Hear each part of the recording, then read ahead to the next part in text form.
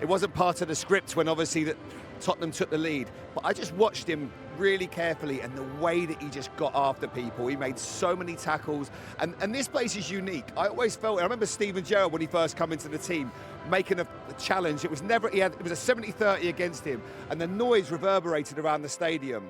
And this place is different. They want that. They want that physicality about the way their team plays. And he encapsulates that. He is a magnificent footballer. You can see the calmness and how much he's improved. He's obviously played with world-class players at Argentina, and he's now become one of the most important players at Liverpool. And he's a phenomenal player, really good guy. You can see it. And I guess an absolutely brilliant teammate as well.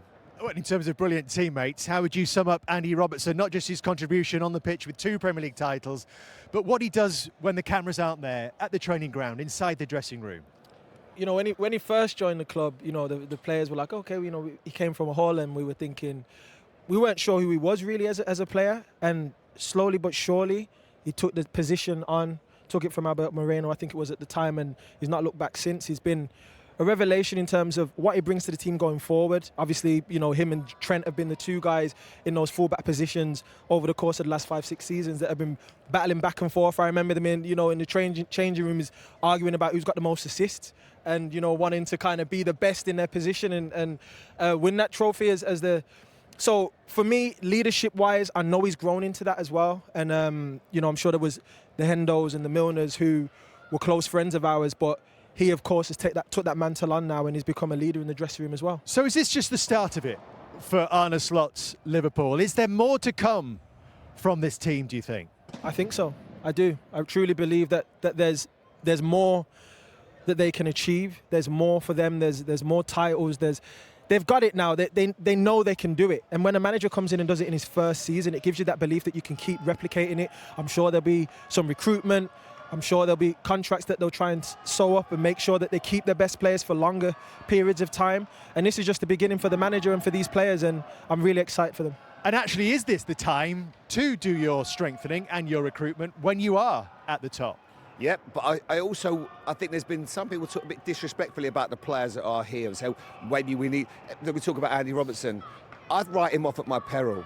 He hasn't perhaps been at a level that he would want, maybe 1 or 2 mistakes, but he is still an incredible player. Great energy, defends for his life. It's not easy to do what he does. They've got the best centre-back in world football by a mile in obviously Virgil van Dijk, a goalkeeper that's still at the peak of his powers.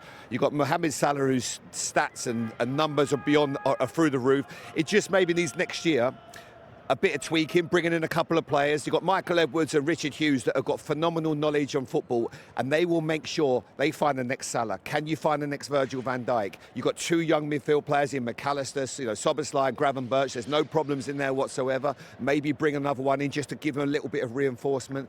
But this doesn't need that much work, this Liverpool side. They are going to be a massive force next year, and they're full of confidence as well. And they've got this incredible force behind them, which is Anfield. Never underestimate what that is. And you see how well they do it. It's unique, this place, you know, and it's made me realise how lucky I was to play here for as long as I did.